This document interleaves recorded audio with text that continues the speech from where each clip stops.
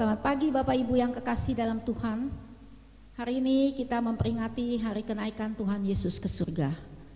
Tak terasa sudah 2 bulan kita melewati semuanya ini.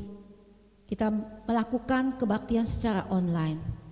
Kita tahu ini semua karena anugerah Tuhan. Tuhan yang memimpin hidup kita bisa melewati setiap masalah, khususnya di dalam COVID-19 yang masih ada sampai saat ini.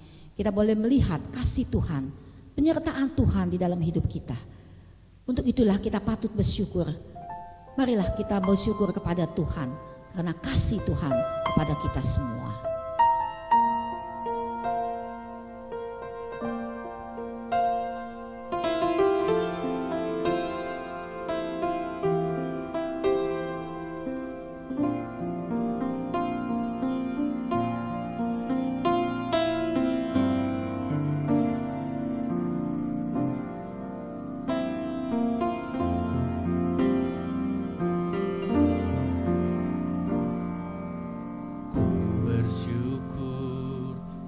Padamu Tuhan, atas kasih-Mu ku bermazmur, bagi nama-Mu yang kudus.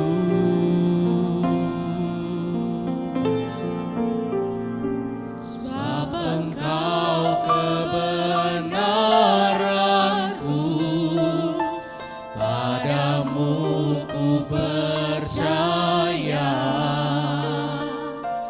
Betapa mulianya Tuhanku, ku rindu menyatakan, tinggikan dirimu mengatasi kebesaran-Mu Tuhan, mengatasi bumi, tinggikan dirimu mengatasi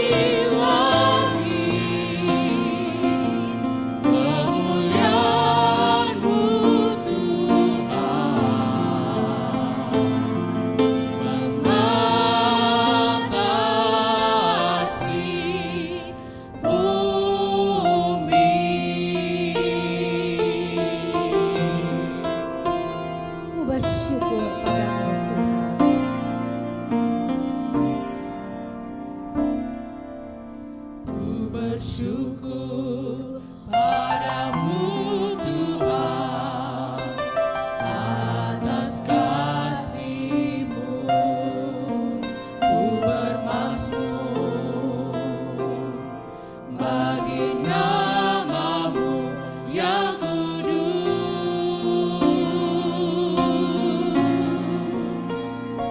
Sebab Engkau kebenaranku, padamu ku percaya.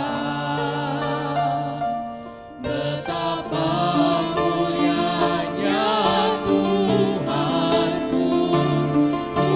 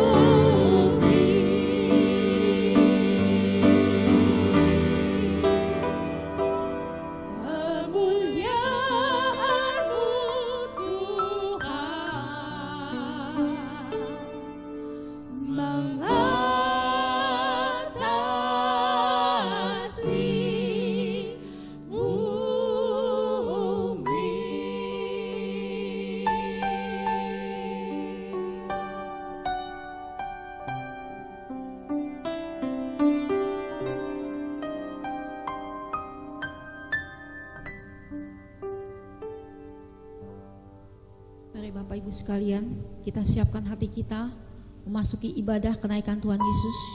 Kita akan bersaat teduh sejenak.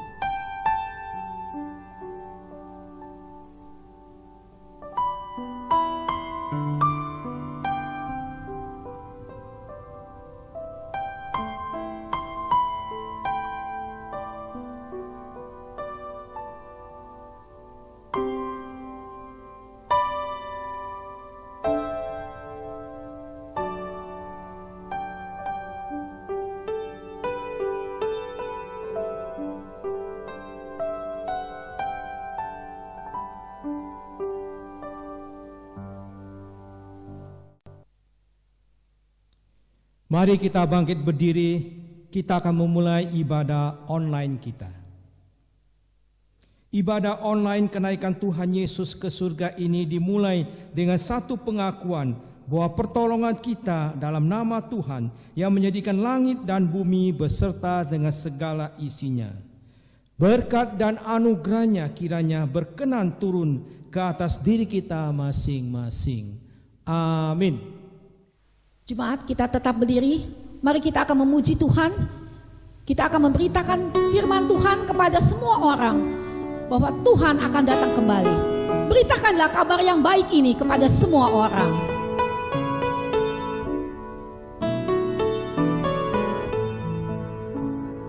Beritakan kabar yang baik, umat semua nyanyilah seperti janji firman-Nya yang akan datang kembali, yang akan datang, yang akan datang pada pagi, siang hari, malam atau seketika, yang akan datang, yang akan datang. Hari itulah terang waktunya, yang akan datang kembali.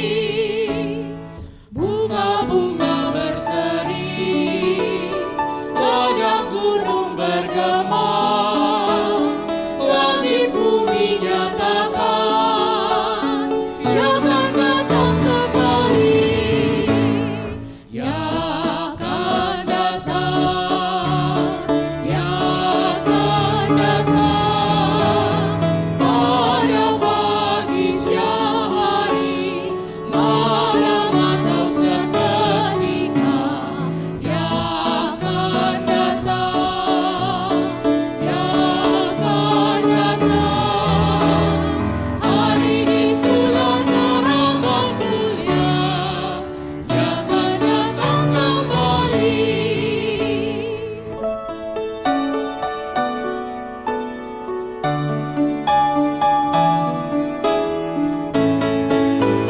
Ayat yang ketiga, di hadapan Tuhan. Di hadapan Tuhanku, lewatlah deritaku, mahkotaku sembahkan, yang akan datang kembali, yang akan datang, yang akan datang pada pagi, siang hari, malam atau seketika, yang akan datang, yang akan datang. Hari itulah terang waktunya, yang akan datang kembali. Marilah bersama gereja dan segala abad dan tempat kita akan mengikrarkan pengakuan iman rasuli. Pengakuan iman rasuli. Aku percaya kepada Allah, Bapa yang Maha Kuasa, Khalik langit dan bumi, dan kepada Yesus Kristus, Anak yang tunggal Tuhan kita, yang dikandung daripada Roh Kudus, lahir dari anak darah Maria, yang menderita sengsara di bawah pemerintahan Pontius Pilatus, disalibkan, mati dan dikuburkan, turun ke dalam kerajaan maut. Pada hari yang ketiga bangkit pula antara orang mati, naik ke surga, duduk di sebelah kanan Allah, Bapa yang Maha Kuasa. Dan dari sana ia akan datang untuk menghakimi orang yang hidup dan yang mati. Aku percaya kepada Roh Kudus, gereja yang kudus dan am, persekutuan orang kudus, pengampunan dosa, kebangkitan tubuh, dan hidup yang kekal. Amin. Jemaat dipersilakan duduk kembali. Firman Tuhan pada pagi hari ini akan disampaikan oleh Pendeta Nathan Hidayat dengan tema Makna Kenaikan Tuhan Yesus. Marilah kita memuji Tuhan, kita mempersiapkan hati kita dengan satu pujian. Kurasakan kasih-Mu Tuhan, kurasakan kuasa-Mu Tuhan. Bila sungguh-sungguh Roh Kudus hadir di tempat ini, bila sungguh-sungguh kita merasakan kehadiran Roh Kudus di dalam hati kita masing-masing. Mari kita memuji nama Tuhan. Kurasakan kasih-Mu Tuhan, Kurasakan kuasa-Mu Tuhan, Kurasakan kasih kuasa Roh Kudus. kurasakan kehadiran-Mu.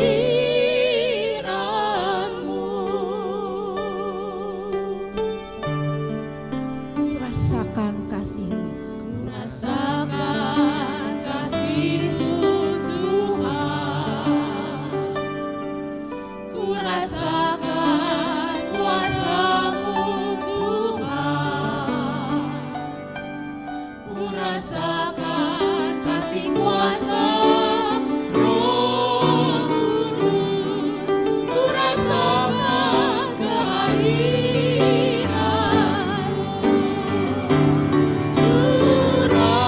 Curahkanlah kuasa-Mu Tuhan, mukjizat terjadi di tempat ini.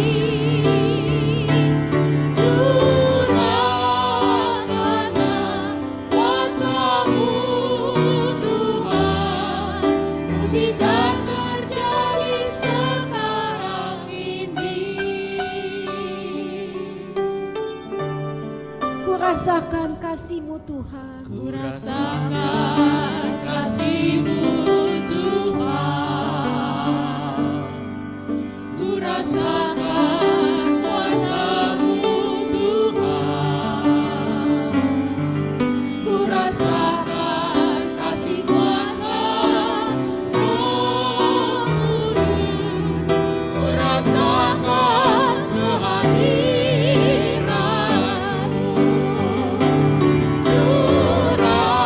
Curahkanlah kuasa-Mu Tuhan, mukjizat terjadi di tempat ini.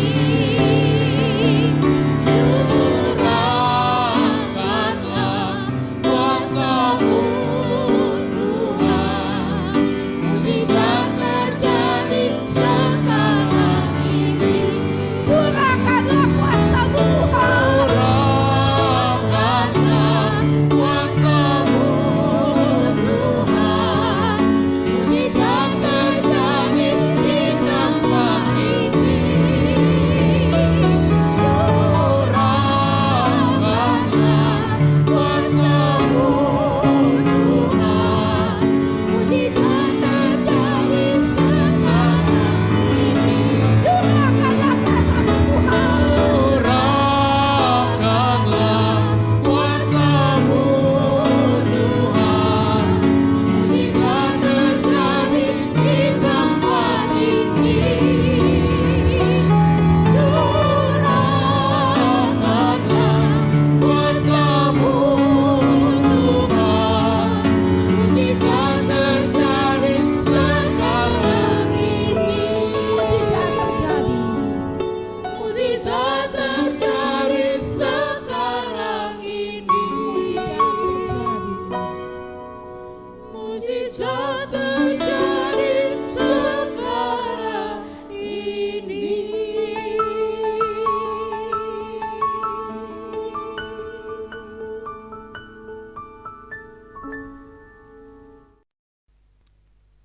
Selamat pagi Bapak Ibu yang kekasih dalam Tuhan kita Yesus Kristus. Pada pagi hari ini kita akan memperingati hari kenaikan Tuhan kita Yesus Kristus. Kita akan mendengarkan firman Tuhan yang pada pagi hari ini akan saya sampaikan dengan satu tema, makna kenaikan Yesus ke surga. Bapak Ibu Saudara kekasih, sebelum kita mendengarkan firman Tuhan, mari kita membaca firman Tuhan yang terambil dalam Lukas 24 ayat 50 sampai dengan 53. Lukas 24 ayat 50 sampai 53. Demikian bunyi firman Tuhan. Lalu Yesus membawa mereka keluar kota sambil dekat Betania. Di situ ia mengangkat tangannya dan memberkati mereka. Dan ketika ia sedang memberkati mereka, ia berpisah dari mereka dan terangkat ke surga. Mereka sujud menyembah kepadanya, lalu mereka pulang ke Yerusalem dengan sangat bersukacita. Mereka senantiasa berada di dalam bait Allah dan memuliakan Allah. Demikianlah pembacaan firman Tuhan. Bapak Ibu Saudara kekasih, sebelum kita mendengarkan firman Tuhan, mari kita tunduk kepala, kita berdoa. Kita minta hikmat kuasa Tuhan memakai hamba-Nya untuk menguraikan firman-Nya kepada kita sekalian. Bapa kami dalam surga, kami bersyukur dan berterima kasih Tuhan. Saat-saat kondisi kami di Indonesia yang sungguh ya Tuhan tidak mengenakan, tapi kami bersyukur kami masih ada kesempatan Tuhan bersama mendengar firman-Mu. Pada hari ini Tuhan, kami akan mendengar firman-Mu tentang kenaikan-Mu ke surga. Biar lewat firman Tuhan ini kami selalu dikuatkan menjadi orang Kristen yang selalu setia bagaimanapun keadaan kami. Biar kami bisa tetap mengikut dan mengasihi, terus mencintai Tuhan. Berkatilah ya Tuhan pemberitaan firman Tuhan, agar lewat firman Tuhan hati kami selalu dikuatkan untuk setia mengasihi dan mencintai Tuhan. Dalam nama Tuhan kami Yesus Kristus kami berdoa. Amin. Selamat pagi Bapak Ibu Saudara kekasih. Pada saat ini kita bersama-sama boleh merenungkan firman Tuhan yang saya beri tema makna kenaikan Yesus ke surga. Saudara kekasih, semua pemimpin agama berakhir kehidupan ceritanya ketika mereka meninggal dunia dan setelah mereka dikuburkan. Tetapi berbeda dengan Tuhan kita Yesus Kristus. Dia sangat berbeda dengan pemimpin-pemimpin agama lainnya. Cerita kehidupan Tuhan Yesus tidak berakhir setelah dia dikubur. Setelah 3 hari dikuburkan, dilanjutkan dengan cerita kebangkitannya. Bukan saja diceritakan tentang kebangkitannya, diceritakan tentang penampakan dirinya kepada murid-muridnya dan orang-orang percaya. Dan bahkan dia pernah menampakkan diri kepada 5 orang ratus sekaligus. Saudara, tidak hanya berakhir dalam penampakan saja. Cerita kehidupannya dilanjutkan dengan kenaikannya ke surga. Nah, ini sungguh luar biasa. Tuhan yang kita percaya, Tuhan yang luar biasa. Maka itu Bapak Ibu Saudara, bersyukurlah hari ini kalau Bapak Ibu Saudara punya Tuhan kita Yesus Kristus, Tuhan yang kita percaya itu. Saudara kekasih, kalau kita lihat ya, setelah Yesus bangkit dari antara orang mati, Yesus menampakkan diri kepada murid-muridnya. Berkali-kali dia menampakkan diri, baik kepada murid-muridnya dan kepada perempuan-perempuan Setelah dia selesai menampakkan dirinya, dia juga mengajar. Alkitab mengatakan setelah 40 hari ia mengajar tentang kerajaan Allah. Bapak Ibu yang kekasih dalam Tuhan kita Yesus Kristus, setelah tiba saatnya dia akan meninggalkan dunia, maka dikatakan Alkitab dalam pembacaan tadi, Yesus mengajak murid-muridnya keluar kota dan dia membawa mereka dekat Betania. Di situ sudah dikatakan dia mengangkat tangannya dan memberkati mereka. Dan ketika mereka sedang memberkati mereka, ia berpisah dari mereka dan terangkat ke surga. Bapak, Ibu, saudara kekasih dalam Tuhan Yesus Kristus, yang jadi pertanyaan kita, mengapa Yesus mengajak murid-muridnya ke dekat Betania atau kota Betania? Kenapa Yesus tidak mengajak murid-muridnya ke kota yang luar biasa lain seperti Yerusalem? Tetapi kenapa Tuhan Yesus mengajak murid-muridnya mau berpisah dengan mereka, diajaknya ke Betania? Saudara kekasih, kalau kita perhatikan di Betania ada hal-hal yang pernah terjadi, suatu peristiwa yang sangat penting. Kalau kita lihat di dalam Alkitab, saudara, di Betania Tuhan melakukan satu mujizat yang besar, yaitu dia membangkitkan Lazarus yang sudah mati dan dikuburkan 4 hari.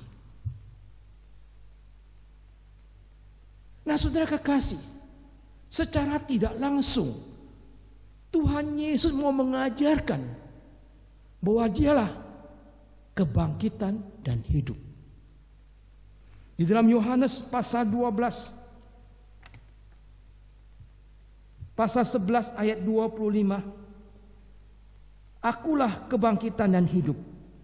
Barang siapa percaya kepadaku, ia akan hidup walaupun ia sudah mati. Jadi saudara kekasih, Tuhan Yesus memilih kota Betania ini. Ada satu pengajaran rohani, ada satu pengalaman rohani yang dialami murid-murid. Bagaimana mereka melihat Tuhan membangkitkan Lazarus dari antara orang mati. Yesus Kristus memperkenalkan dia adalah kebangkitan dan hidup. Itu peristiwa yang sangat besar, mujizat yang terbesar, yaitu orang mati dibangkitkan.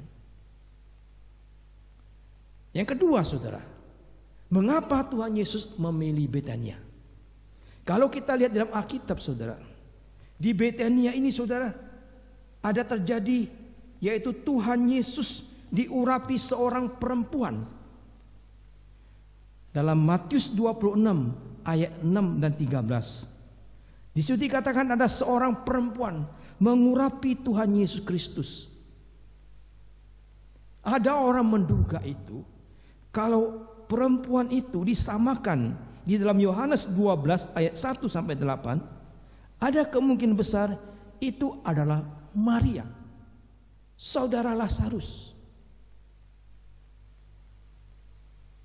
Kalau ini orangnya sama, itu berarti, saudara, Maria mengucap syukur kepada Tuhan karena saudaranya Lazarus sudah dibangkitkan dari antara orang mati.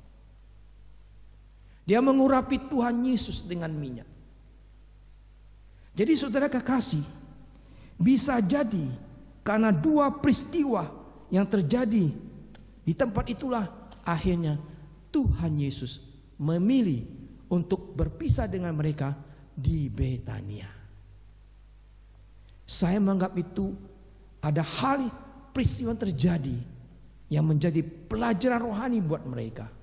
Maka itulah kalau tidak salah, saudara, Tuhan Yesus memilih tempat itu karena tempat itu punya pengalaman yang rohani yang terjadi pada murid-murid Tuhan Yesus. Mereka melihat orang mati dibangkitkan. Mereka melihat bagaimana seorang perempuan yang mengasihi Tuhan mengurapi Tuhan Yesus. Bapak, Ibu, Saudara kekasih. Nah, saya pikir saudara, karena dua hal itulah membuat Yesus memilih Betania, tempat dia berpisah. Alkitab mengatakan setelah Yesus memberkati mereka, lalu terangkatlah dia ke surga. Dan ajaib sekali saudara, setelah Yesus naik ke surga, maka hilanglah segala kebimbangan, keraguan-keraguan pada murid-murid Tuhan Yesus. Mereka tidak ragu lagi. Yesus yang mereka percaya. Mereka tidak ragu lagi. Yesus yang mereka percaya sudah bangkit dan sudah hidup. Dan sekarang dia sudah terangkat ke surga. Bapak, Ibu, Saudara kekasih. Nah, saudara, dikatakan mereka setelah mereka tuh pulang ke Yerusalem, hati mereka penuh dengan sukacita dan mereka memuliakan Allah. Ketika mereka melihat Tuhan Yesus terangkat ke surga, mereka sangat bersukacita. Saudara, katakan Alkitab, mereka sangat bersukacita. Mereka pergi ke Yerusalem dengan hati yang bersukacita dan memuliakan Allah. Saudara kekasih, kita melihat Tuhan Yesus yang dilihat oleh muridnya sudah terangkat di surga. Apa maknanya? Kenaikan Tuhan Yesus apa maknanya bagi murid-muridnya? Dan apa maknanya bagi kita orang percaya zaman sekarang ini?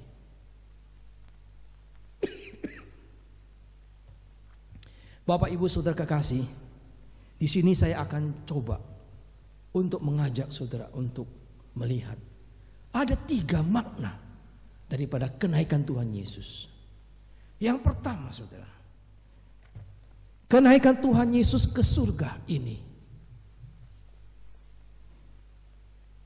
dia menyediakan tempat buat kita. Dengan kata lain, tersedianya tempat bagi orang yang percaya.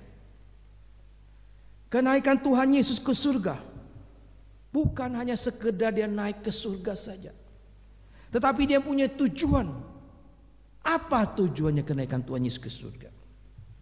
Dia pernah berkata di dalam Yohanes pasal 14 ayat 3. Apabila aku telah pergi ke situ, aku akan menyediakan tempat bagimu, dan aku datang kembali membawa kamu ke tempatku, supaya di tempat mana aku berada, kamu pun berada. Saudara kekasih, kita melihat Tuhan Yesus punya tujuan. Tuhan Yesus punya maksud. Dia datang ke surga. Dia kembali ke surga. Dia mau menyediakan tempat buat kita. Ini sangat luar biasa. Kalau Tuhan Yesus nggak naik surga, maka dia mungkin tidak menyediakan tempat buat kita. Tetapi dia bilang, aku pergi menyediakan tempat bagimu. Aku telah menyediakan tempat bagimu. Jadi saudara kekasih, inilah saudara tujuan Tuhan Yesus. Dia naik ke surga. Dia punya maksud supaya bisa membawa kita, menyediakan buat kita tempat tinggal di surga. Kalau saya pikir-pikir saudara, tidak ada orang seperti Tuhan Yesus Kristus. Bukan saja dia mati buat kita, bukan saja dia berkorban hidupnya untuk menebus dan menyelamatkan kita, bukan saja dia memberikan kita hidup kekal, tapi dia menjadikan tempat kediaman buat kita. Saya pikir tidak ada orang seperti Tuhan Yesus ini. Maka berbahagialah Bapak, Ibu, Saudara yang hari ini yang masih tetap percaya kepada Tuhan Yesus. Kenaikannya ke surga untuk menyediakan tempat bagimu. Itu yang pertama. Yang kedua, saudara, Tuhan akan memberikan penghibur bagi orang-orang percaya dan bagi kita semua. Tuhan Yesus tahu bahwa pengikut-pengikutnya akan mengalami banyak perlawanan, penghinaan, mungkin penganiayaan setelah dia naik ke surga.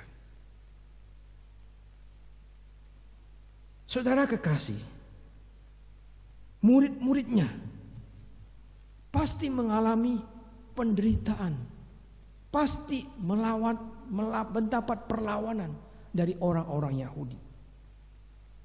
Tentu di sini saudara, mereka harus tetap teguh. Maka itu Tuhan Yesus mengatakan, dia naik ke surga, dia akan memberikan penghiburan. Sebab itu dikatakannya di dalam Yohanes pasal 16 ayat 7b. Sebab jikalau aku tidak pergi, penghibur itu tidak akan datang kepadamu.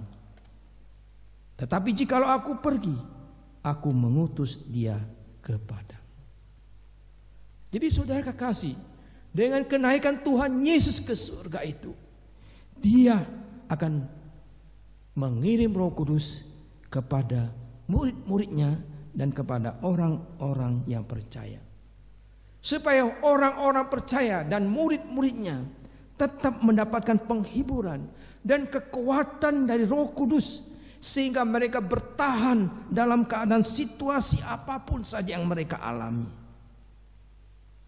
Saya berpikir, sekiranya Tuhan Yesus tidak mengirimkan Roh Kudus kepada murid-muridnya dan orang yang percaya, maka saudara kekasih, apa yang terjadi? Saya percaya saudara, orang-orang Kristen akan mudah rontok imannya. Orang-orang Kristen akan gugur, tak tahan menghadapi penganiayaan, tak tahan menghadapi perlawanan dari orang-orang yang tidak suka dengan Tuhan Yesus Kristus. Dan saya percaya juga saudara, maka orang Kristen akan tergilas habis karena tekanan dari dunia dan tekanan dari iblis dan tekanan dari si jahat. Jadi sangat bersyukur Tuhan Yesus naik ke surga, mengirimkan Roh Kudus kepada kita agar kita tetap mendapatkan kekuatan, mendapatkan penghiburan dari Roh Kudus, sehingga kita bisa tetap tegak berdiri menjadi orang Kristen.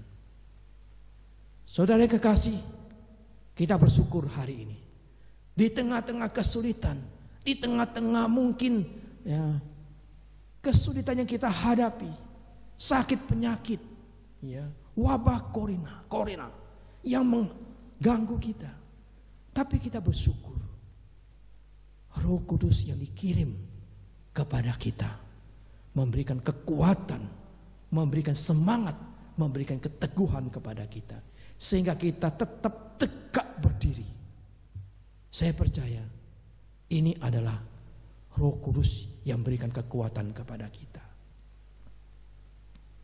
Yang ketiga saudara, Tuhan akan memberikan seorang imam besar. Markus pasal 16 ayat 19 berkata, sesudah Tuhan Yesus berbicara demikian kepada mereka, terangkatlah ia ke surga. Ia lalu duduk di sebelah kanan Allah. Saudara, dikatakan setelah itu dia terangkat ke surga, duduk di sebelah kanan Allah. Apa fungsinya Yesus duduk di sebelah kanan Allah? Saudara, tentu dia berfungsi sebagai imam besar. Tuhan Yesus duduk sebelah kanan Allah ketika dia sudah sampai di surga. Dia sebagai imam besar kita. Ada dua peran besar yang disampaikan oleh seorang imam besar. Yang pertama, dia sebagai pembela. Kalau dalam Yohanes pasal 2 ayat 1 dikatakan pengantara, tetapi terjemahan bahasa Indonesia sehari-hari diterjemahkan, anak-anakku, saya menulis ini kepada kalian supaya kalian jangan berdosa. Tetapi kalau ada yang berbuat dosa, maka kita mempunyai seorang pembela, yaitu Yesus Kristus yang adil. Ia memohon untuk kita di hadapan Bapa. Dia terus bekerja membela gerejanya. Jadi saudara kekasih, di dalam terjemahan bahasa Indonesia sehari itu, dalam 1 Yohanes pasal 2 ayat 1 itu dikatakan kita mempunyai seorang pembela. Jadi Yesuslah membela kita setiga. Ketika kita berbuat dosa, Tuhan Yesus membela kita. Saudara kekasih, Dia tetap bekerja, berperang bagi kita di dalam dunia ini agar kita bisa tetap teguh dan tidak terus jatuh dalam dosa. Itu peran yang pertama. Peran yang kedua, sebagai imam besar.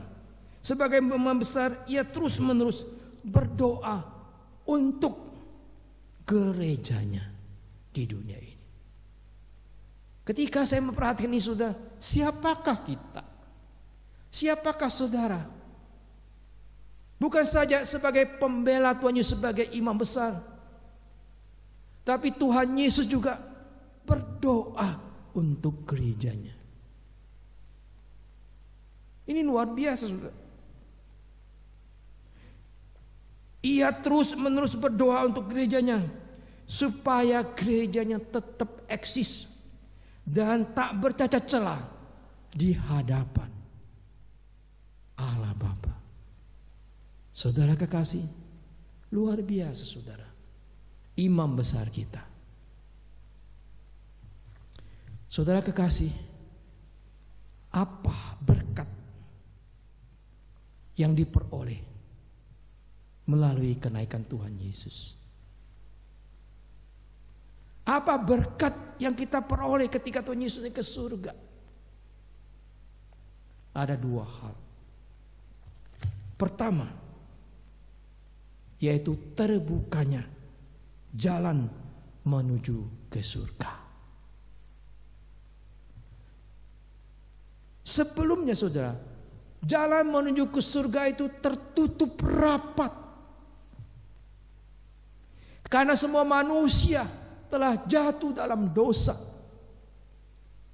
Tidak mungkin orang berdosa ini bisa masuk dalam surga itu. Tetapi dengan kenaikan Tuhan Yesus Kristus ke surga, Dia sudah membuka jalan buat kita, sehingga kita bisa terbuka jalan kita menuju ke surga. Karena Dia telah mati menebus kita, sehingga Dialah yang bisa membuka jalan buat kita, sehingga terbukalah jalan ke surga. Ya sudah, saya katakan, mustahillah manusia yang berdosa itu bisa terbuka jalannya ke surga, kecuali Yesus telah membuka. Dia sendiri telah membuka jalan. Kalau kita lihat dalam Alkitab, saudara, ketika Yesus mati, maka tirai bait Allah itu robek dari atas ke bawah. Terbukalah pintu keselamatan. Terbukalah jalan menuju ke surga itu. Kita sangat bersyukur dengan kenaikan Tuhan Yesus ke surga ini, maka terbukalah jalan menuju kerajaan surga. Kedua,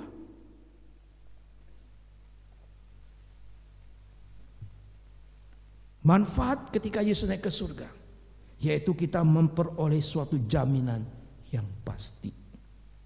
Dengan kenaikannya ke surga merupakan suatu bukti bagi orang percaya kepadanya. Kita akan memperoleh hidup kekal dan kita akan tinggal bersama Tuhan di sorga dan sampai selama-lamanya. Luar biasa, saudara kekasih. Kenaikannya merupakan satu bukti bagi orang percaya, ya, kita akan memperoleh hidup yang kekal dan kita akan tinggal bersama-sama dengan Dia di surga. Luar biasa. Saudara kekasih, biarlah firman Tuhan ini menguatkan kita di tengah-tengah kondisi yang tidak menentu ini. Kita masih punya pengharapan. Dunia ini bukan pengharapan kita. Dunia ini akan berakhir. Tetapi pengharapan kita akan kembali ke rumah Bapa di surga. Yesus katakan, aku telah menyediakan tempat bagimu. Jadi saudara, apapun yang terjadi dalam kehidupan kita percaya sekalipun itu kematian datang menimpa kita, tapi kita bersyukur Yesus yang telah naik ke surga itu telah menyediakan tempat bagi kita.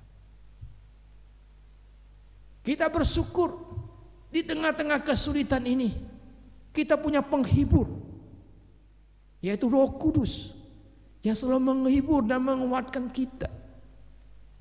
Apapun yang terjadi, kondisi apapun, kita sungguh bersyukur Tuhan Yesus telah kirim Roh penghibur itu agar kita tetap tegak berdiri menjadi orang percaya. Saudara kekasih, ketika saya memikirkan ini, saudara, sungguh luar biasa. Tuhan begitu peduli. Dia tidak membiarkan kita menjadi yatim piatu. Dia kirim Roh penghibur yang mengajar kita segala kebenaran. Roh itu menguatkan kita. Saudara kekasih, kita juga bersyukur, saudara, ya, Tuhan Yesus sebagai pembela kita, sebagai imam besar. Siapa bisa bela kita? Tidak ada. Hanya Yesus. Dia akan membela kita. Sekalipun iblis menuduh kita, tetapi Yesus membela kita. Saudara, ketika kita amati, kita perhatikan, kalau Tuhan Yesus menjadi pembela kita, apa yang bisa diperbuat si jahat? Apa yang bisa diperbuat oleh iblis? Tidak ada. Karena Yesus pembela kita. Tuhan di atas segala Tuhan. Segala kuasa di sorga dan di bumi telah diserahkan kepada Tuhan Yesus. Itu pembela kita, saudara. Segala kuasa di sorga, di bumi, Yesus sudah berikan kepada kita. Kalau pembela kita punya kuasa di sorga, di bumi, mengapa kita harus takut? Saudara, ketika kita melihat Tuhan Yesus naik ke surga ini, sungguh luar biasa. Kita melihat berkat-berkat yang telah tersedia, yang sudah saya katakan tadi, saudara. Dengan kenaikan Tuhan Yesus, maka terbukalah jalan buat kita. Jalan ke surga itu terbuka buat kita.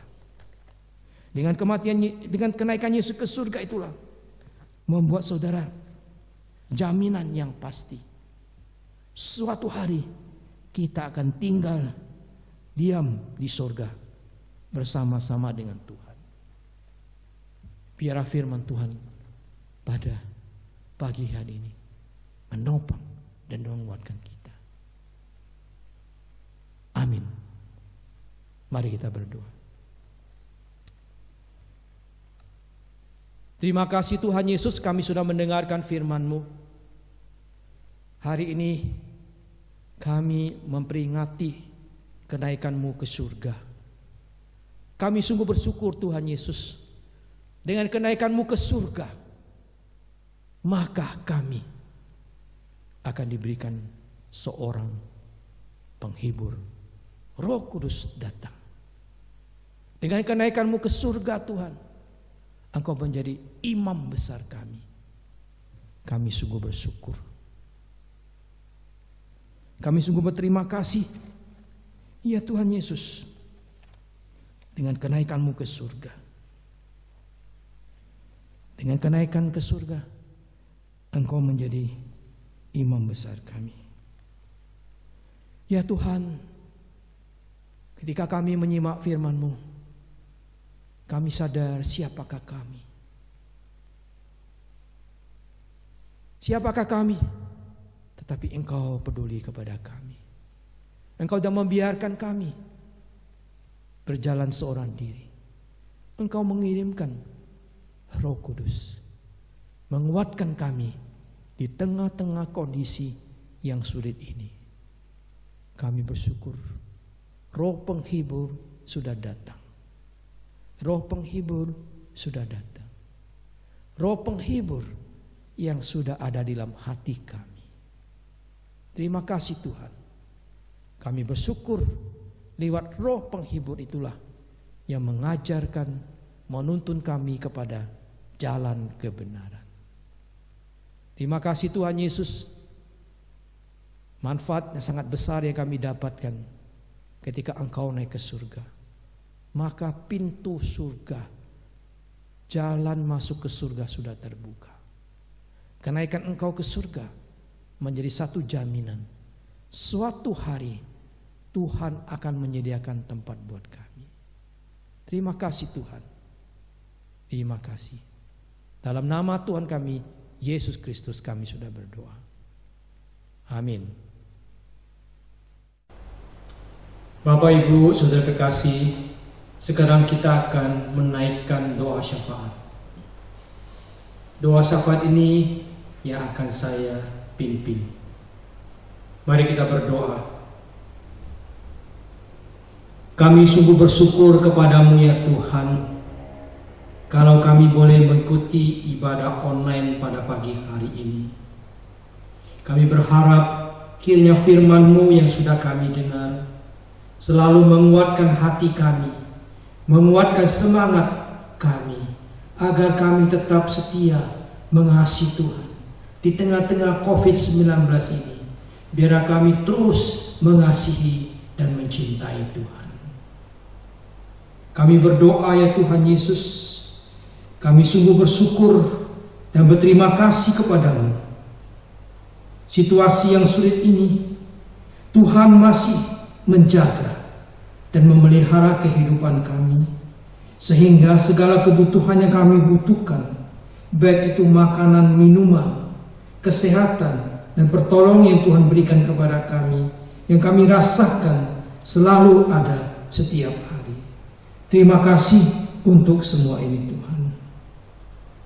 Kami juga berdoa ya Tuhan Yesus, untuk saudara-saudara kami, rekan-rekan sebangsa negara kami, yang pada hari ini mereka kehilangan pekerjaan, atau mereka dirumahkan, ataupun gaji mereka dipotong. Kiranya Tuhan menolong mereka, dan juga biar pemerintah sekarang akan membantu mereka, dan mereka bisa mendapatkan pertolongan, sehingga mereka bisa berkecukupan untuk kebutuhan diri mereka dan juga untuk kebutuhan sisi keluarga mereka. Kami berdoa ya Tuhan Yesus, di tengah-tengah mewabahnya COVID-19 ini, tolong kepada kami Tuhan, jagalah agar iman kami, agar kasih kami, agar cinta kami, semangat kami kepadamu tidak goyah, tidak luntur, tetapi tetap teguh, tetap tidak tergoyahkan.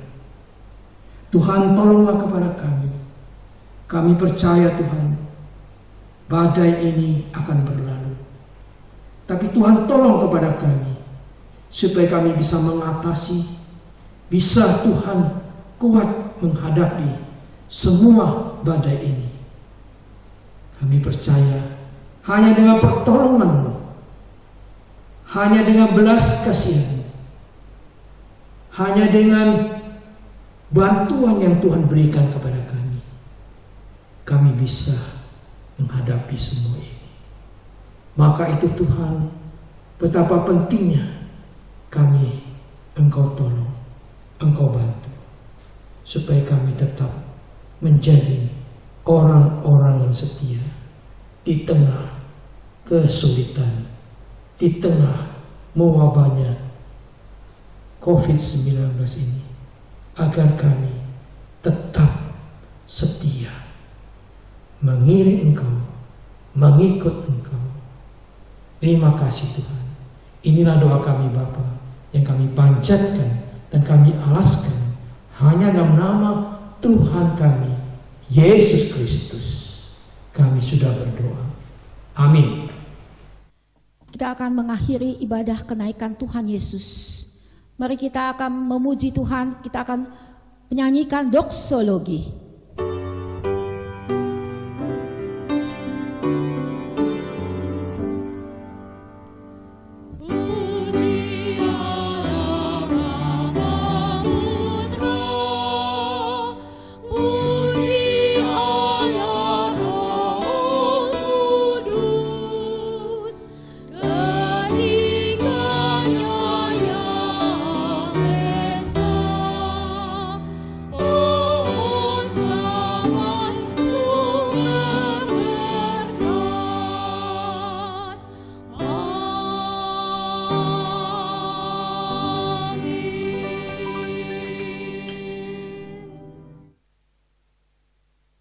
Jemaat yang kekasih, mari sekarang kita arahkan seluruh hati, jiwa, roh kita kepada Tuhan. Dia sumber berkat, akan memberkati kita sekalian. Kiranya cinta kasih daripada Allah Bapa yang tidak berkesudahan selalu ada di atasmu, dan damai sejahtera dari Tuhan kita Yesus Kristus kiranya terus menerus memenuhi hati dan pikiranmu. Pertolongan, penghiburan, gerakan Roh Kudus senantiasa diam menyertai kehidupanmu mulai hari ini hingga sampai selama-lamanya. Amin.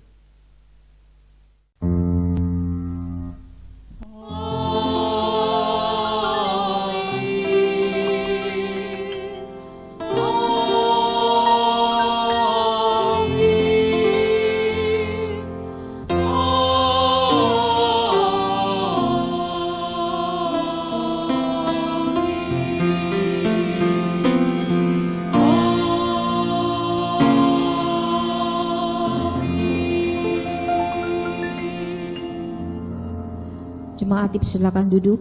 Untuk waktu selanjutnya saya serahkan kepada Pendeta Nathan untuk memberikan pengumuman. Ya Bapak Ibu Saudara kekasih, kita akan mendengarkan pengumuman. Sebenarnya ini bukan pengumumannya, sedikit himbauan saja.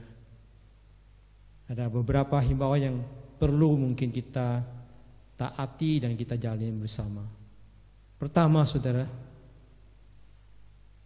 sebagai warga negara yang baik, sebagai warga gereja, biarlah kita tetap mentaati aturan yang sudah dikeluarkan oleh pemerintah, ya, dengan menjalani PSBB ini bersama-sama. Mari kita bersatu bersama, ya, bergandeng tangan memerangi COVID-19 ini. Kami percaya saudara, kalau kita bersatu, kita bisa, ya, melewati badai ini dengan baik. Itu himbauan kami pertama. Yang kedua, himbauan kami yaitu dalam situasi kondisi yang mewabahnya COVID-19 ini, biarlah kita masing-masing harus banyak memeriksa diri, introspeksi diri. Kita boleh introspeksi kerohanian kita boleh introspeksi diri kita selama ini. Apakah dalam situasi yang demikian membuat kita lebih harus mencari Tuhan? Dalam situasi demikian biar membuat kita lebih banyak mencari maksud dan rencana kehendak Tuhan. Inilah mungkin saatnya paling bagus Saat demikian kita lebih banyak membaca firman Tuhan, lebih banyak berdoa, dan lebih banyak bersama keluarga, saling mengasihi, saling menopang, saling membantu, dan juga kita boleh menjadi teladan sebagai kepala keluarga, sebagai ibu rumah tangga, dan sebagai anak, biar kita bisa menjalankan fungsi kita dengan baik. Itulah himbauan kami. Yang ketiga, saudara, sekiranya saudara tergerak oleh Tuhan untuk memberikan persembahan, Bapak Ibu bisa memberikan persembahan di Yayasan GKPI Kartini di BCA dengan nomor rekening 001 373 1150. Demikianlah ya himbauan kami dan pengumuman kami. Terima kasih, Tuhan memberkati saudara. Amin.